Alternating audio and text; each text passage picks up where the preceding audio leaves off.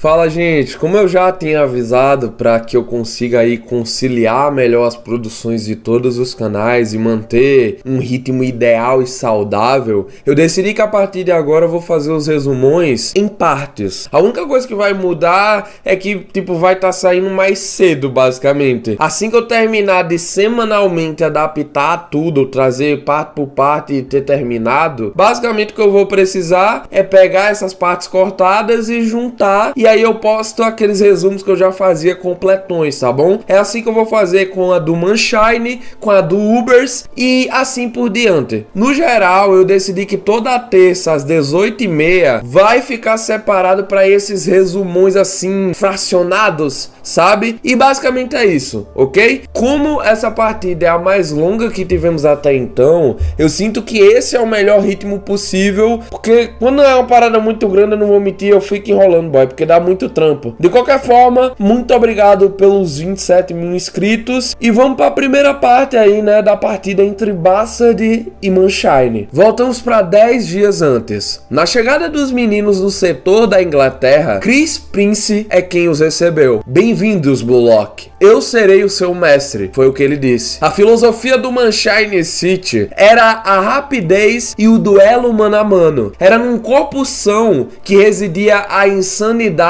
para mudar o mundo. E basicamente era mais ou menos isso. O probleminha encontrado aqui é que ele não tava falando isso pros garotos do Blue Lock, e sim pras câmeras. Chegando perto do Shigiri, ele perguntou o que o Ryoma procurava no Manshine. Bem, ele comentou que gostaria de ter mais força e uma velocidade explosiva. O galã achou isso interessante e falou que esses tendões e quadríceps que ele possuía, se bem desenvolvidos, com certeza poderiam gerar algo. Tendo suas percepções, ele apostou que ele era um atacante do estilo rápido. E véi, ele tava certo. Ao ver os músculos do Nag, ele achou os interiores impressionantes. O galegão preguiçoso tinha um excelente aproveitamento do seu dorso para saltar e chutar. Era como se fosse um sommelier de músculos realmente. Ao tocar no Ryo, ele achou todo o equilíbrio incrível. Mikage, se sentindo ali importunado, perguntou se ele faria isso com todo mundo. E,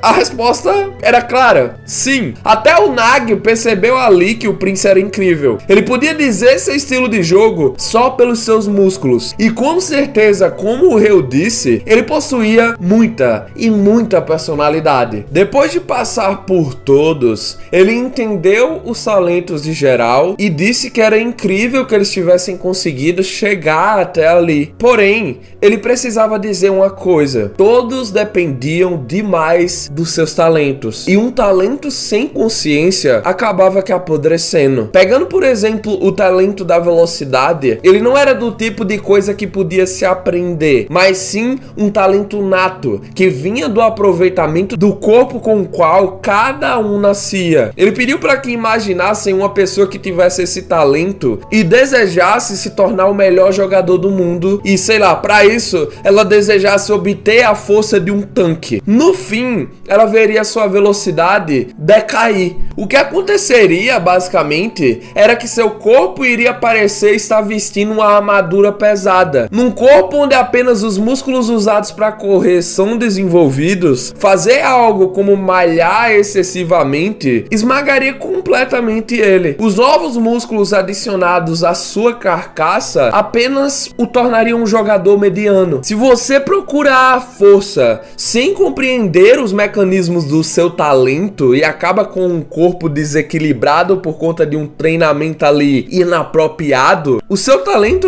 apodrece em um instante. Ele disse que se todos ali seguissem um plano como esse, eles acabariam começando a perder a confiança em si mesmos. Logo após, eles perderiam a razão, e esse seria o fim de suas carreiras. Essa era uma história conhecida entre todos os meios, o cenário da morte de um gênio. As conquistas obtidas sem compreender seus mecanismos acabam que se tornando uma maldição que leva quem segue esse caminho à destruição. Quando jovem, o Chris também era assim, e era justamente por isso que nos dias atuais ele não considerava seus talentos como vantagens. Qual músculo músculo permitia que ele enaltecesse o seu talento e qual meio lhe permitiria para fazê-los brilhar. Se todos ali pudessem controlá-lo e compreendê-lo, aí sim seriam profissionais. Tirando a camisa e mostrando seu incrível físico atlético, ele disse que seu objetivo era mostrar como tinha conseguido este corpo perfeito. E fazendo uma bela publi, ele disse que ao invés de beber Coca-Cola, todos deviam beber água, através da sua água, The Prince Water. Ela penetrava seu corpo, a bebida perfeita. Os meninos não tancavam o cara fazendo isso, só que era verdade. Num corpo são, era onde residia a insanidade para mudar o mundo. Numa Shiny City,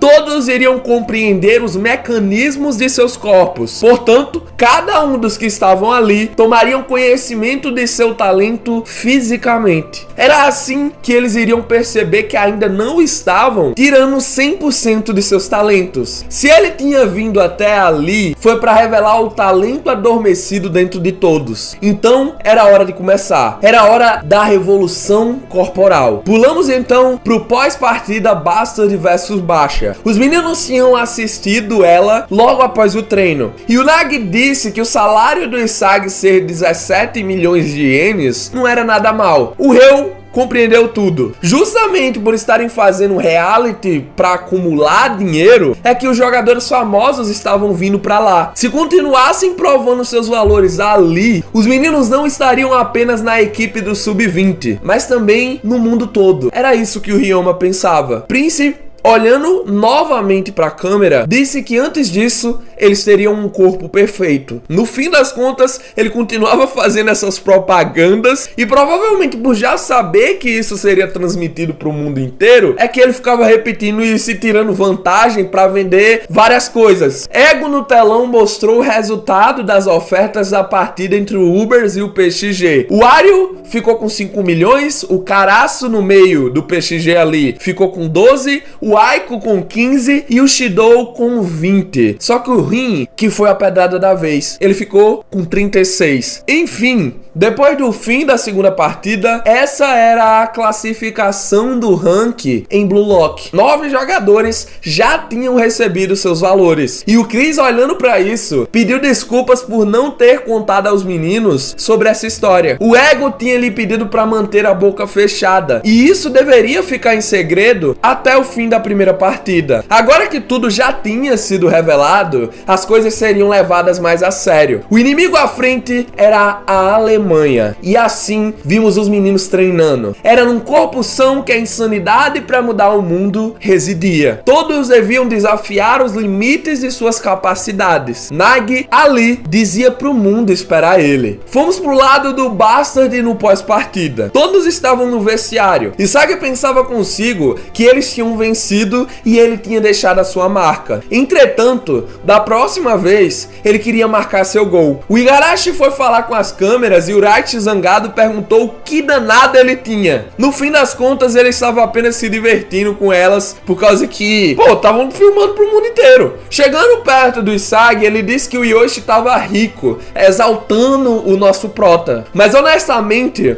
ele estava feliz por quem ter feito a oferta para ele ser o Berserk Dortmund. Esse time tinha sido um dos que ele sempre admirou muito. As conquistas de todos tinham alcançado o mundo. E isso era incrível. Os meninos realmente tinham vindo parar num lugar impressionante. E todos os demais concordavam com isso. Só que o Isagi só focava em o Rin ter recebido uma oferta maior que a sua. No fim das contas, aquele que marcava o gol era o mais valorizado. Agora ele tinha certeza que se as coisas continuassem dessa forma, ele não estaria na seleção japonesa sub-20. O Gagamaru concordou com o que ele falou e pessoalmente, enquanto não entrasse na equipe, nada ia acontecer. E só restavam também 3 jogos para fazer isso. Todo mundo precisava jogar sem se fixar numa só posição antes que tudo acabasse. E o Kurona também olhava dessa forma. Como o jogo e os atributos eram completamente diferentes, todos tinham que se adaptar à posição que queriam estar. O Raishi ficou um pouco frustrado em ter que saber jogar em outra posição além da de atacante para conseguir uma vaga, e ele não concordou concordava com isso. Ele pediu então para que eles olhassem para os atacantes presentes no Bastard, pelo menos os titulares. Deixando de lado o Kaiser e seus 300 milhões e contando ali também com o Isagi, tudo que eles precisavam era demitir um dos 3 ali que sobravam na frente. Só que aí ele quebrou a cara ao ver que o Green valia 40 milhões, véi. A verdade era uma só. O Jingo apenas queria também ter aumentado sua popularidade, assim como o Isagi. Hiyori, ouvindo essas queixas, comentou que ele só tinha recebido isso graças ao gol que marcou contra o Sub-20. Todos achavam que ele tinha sido incrível, e até o nosso Bakugou 2 teve que reconhecer isso. Porém, alguém que tinha acabado de chegar ali disse que não.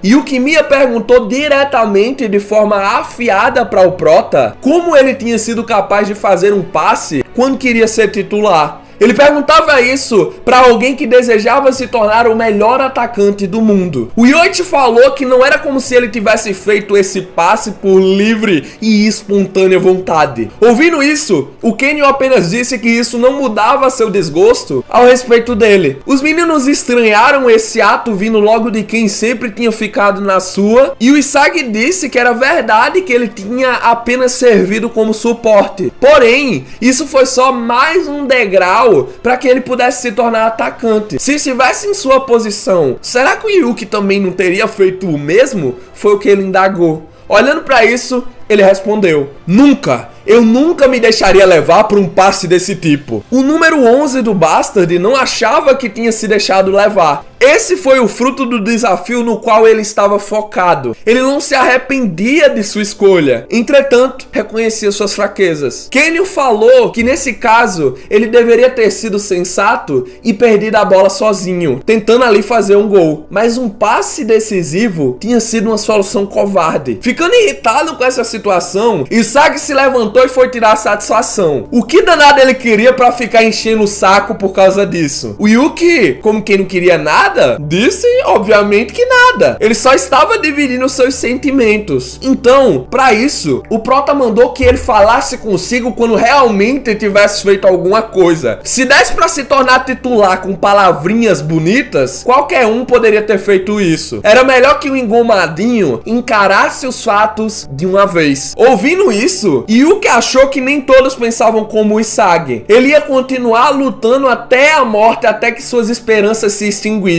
O conflito estava começando a ficar quente e o Isagi chamou logo ele de imbecil. Os meninos chegou logo, tiveram que separar, e quem chegou após isso foi o Kaiser, ouvindo todo esse furdúncio. Já que o Yuki também odiava o Isagi, ele perguntou: que tal se juntar a mim? No final das contas, ele não estava com inveja da situação e da ação do Yoichi. Todo mundo tinha medo de encarar essas fraquezas de frente, então acabavam que descontando seus problemas naqueles que foram sucedidos. Só que, no fim, com isso, as pessoas acabam que perdendo seus ideais. Era realmente um sentimento tão horrível quanto estúpido. Todo mundo já havia sentido o demônio da inveja dentro de si. Aprender a domá-lo era o que fazia deles profissionais. Ouvindo o sermão, Yuki apenas agradeceu. Só que também disse que não significava que ia ficar ao lado do Michael. Olhando para isso, o rei do Bastard não fez muita questão. Ele só tinha vindo ali dar um conselho.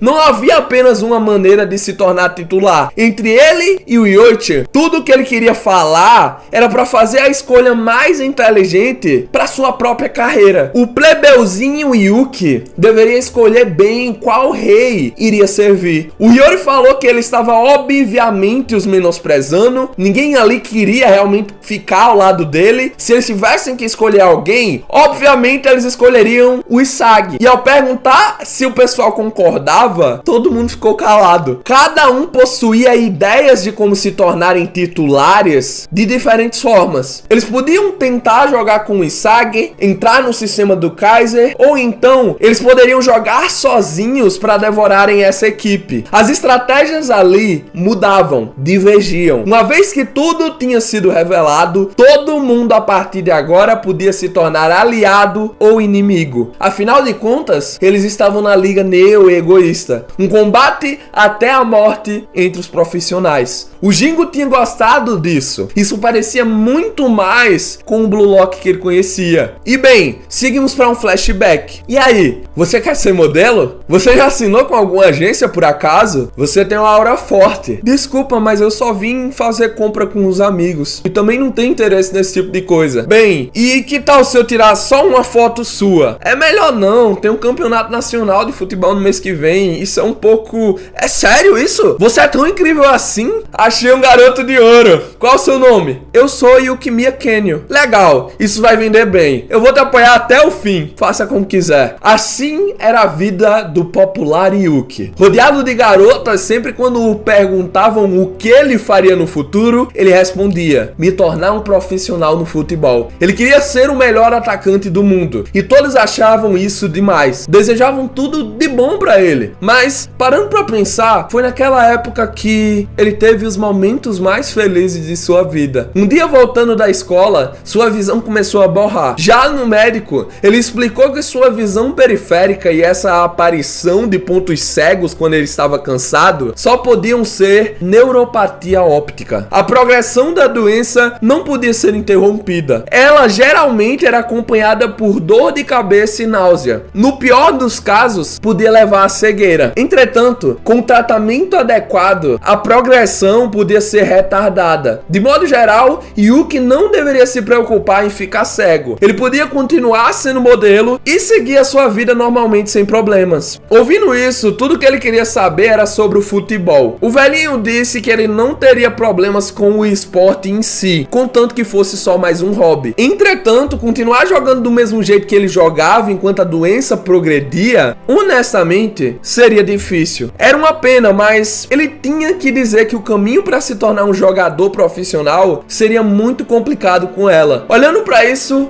o garoto se perguntou: por que eu? Doutor, por favor, tem algo que eu fiz de errado? Eu só quero ser o melhor jogador de futebol do mundo. Por que você tá tirando isso de mim? Isso não tá certo.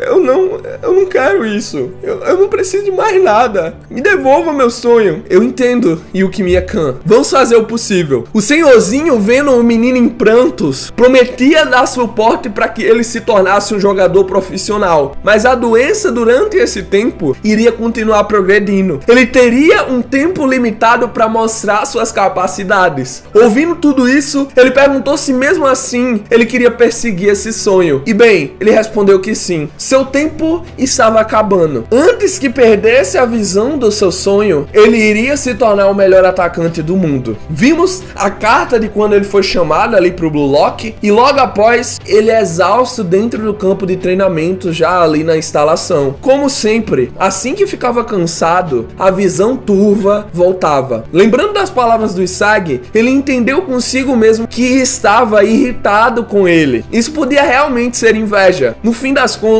ele não fez nada desde que tinha entrado na Liga Neo Egoísta e mesmo assim, o Yoichi era quem continuava recebendo o que ele queria. O caminho que ele queria trilhar era trilhado por outros. Era frustrante, mas ele precisava reconhecer sua própria fraqueza. Esse era o tipo de mundo que ele queria estar. Não importava quanta paixão colocasse nisso ou quão duro trabalhasse, no caminho dos profissionais onde os resultados eram tudo, nós fomos cortados desse raciocínio. Dentro desse ele não concordava com essa abordagem do Isagi. Ele precisava provar sua existência da sua própria maneira e estava preparado para morrer pelo seu ideal. Vimos o Yoichi treinando, ele bateu seu recorde pessoal ali na esteira e pensou naquilo que foi lhe dito. Para falar a real, o Yuki estava de certa forma correto. É por isso que ele estava tão irritado com isso. Mas o problema mesmo era que como atacante naquele jogo, ele tinha mostrado resultados pro time com uma assistência. Só que ainda lhe faltava algo para marcar o gol da próxima vez. E ele queria saber o que era esse algo. Depois de jogar lado a lado do Noel Noah, ele havia entendido. Ele não conseguia se enxergar derrotando ele atualmente. E Yoichi o admirava demais para torná-lo um alvo. Essa existência tão distante de si, pensando no flow, era difícil demais. Ele não conseguia focar por causa que sua ansiedade o estava tomando tomando conta. Em si, ele não podia mostrar as capacidades que lhe permitiam crescer, então precisava encontrar um novo alvo. O próximo alvo que ele precisava mirar entre ele e o Noel Noah era ele, o rei do Bastard. Consigo mesmo, ele prometeu ali: eu vou estudar o Kaiser e fazer dele a minha arma. Todos estavam treinando de forma pesada e aquele que iria sobreviver nessa selva era o Yoichi. 10 dias depois, chegamos no dia da convocação. Era hora de anunciar os titulares para a partida contra o Mannshine. Bem, pessoal, a parte 1 vai ficando por aqui, mas relaxa que na semana que vem já tem mais. A ideia é que até que eu termine de cobrir tudo, toda terça viremos aqui às 18h30 para trazer um episódiozinho. Pica os episódios que eu faço do anime, tá ligado? Adaptado. Pronto, desse jeitinho. Agora até nessa semana também vai voltar os episódios do anime na quinta, beleza? Muito obrigado por tudo, tenha uma boa semana e bye bye. Fique bem.